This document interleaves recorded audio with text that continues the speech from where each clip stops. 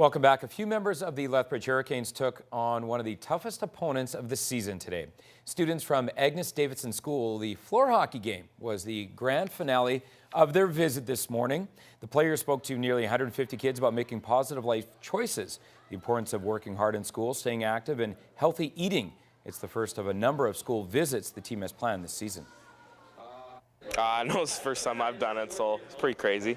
I know I was nervous speaking up there the first time, but it was fun to play floor hockey with them after. Really just get to know what the kids think of us in the community. On Saturday, a few of the players will be at Park Place Mall to help Santa hand out some gifts. Some more good news from the Hurricanes camp today. Rookie forward Reed Duke has been named to Team Pacific for the upcoming World Under-17 Hockey Challenge in Quebec. The tournament goes from December 29th to January 4th. A day after being criticized for making what seemed like a half-hearted apology, Calgary Stampeder receiver Nick Lewis is offering what appears to be a sincere apology today.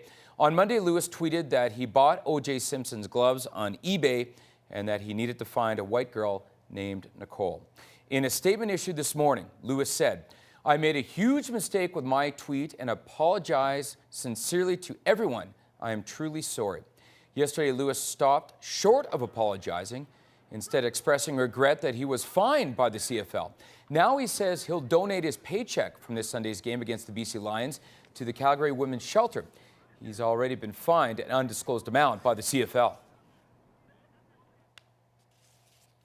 Not since the Fredericks were involved with the Stampeders has this team been in the news for all the wrong reasons. Today we found out that starting quarterback Drew Tate is done for the rest of the season with a fractured wrist. Just the latest twist and turn that is playing out more like a soap opera for the Stampeders. The veteran Glenn Campbell has more. Turns out the Calgary Stampeders weren't playing head games about Drew Tate after all. His head is just fine. His wrist, on the other hand, well, that's a different matter. Drew went and had further tests done yesterday. He had an MRI and a CT scan. And unfortunately, they discovered a small fracture. So he will not be available for this football game. The injury happened in the third quarter against the Riders, and it means Tate is gone for the rest of the season. Not too bummed. I'm not as bad as y'all probably think, but it is what it is. White Horse keep moving on, and, you know, it'd be a fun game to watch on Sunday. The Stamps are certainly lucky to have Kevin Glenn as the backup.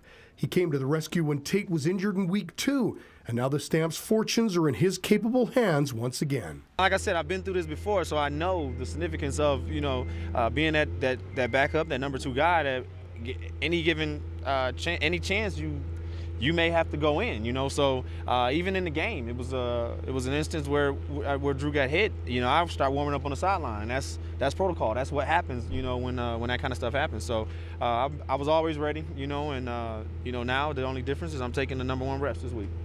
Now the bizarre thing is, Glenn was in Tate's shoes 5 years ago. He broke his arm in the playoffs and couldn't play in the Grey Cup. I've been in that same situation where I was that guy who. Yeah. So I understand exactly what he's going through, but at the same time, I got to focus on, the task at hand, and that's winning the game. You look at it, one door closes, another opens, and the opportunity is now Kevin, and I think Kevin will take advantage of it, and I think our team will respond. It's great having Kevin in the position he's in right now. I've called it the redemption of Kevin. If we win this game, he gets to go to Toronto like he didn't get to go last time in Winnipeg. I'm so excited for him to be able to redeem himself and to come back and complete that 5 years later. Stamps and the Lions on Sunday at 2:30, and you can catch all the action from the Western Final on TSN. Okay, straight ahead. If you like donuts, do you like donuts? I like donuts! You may really like these donuts we're going to tell you about when we come back.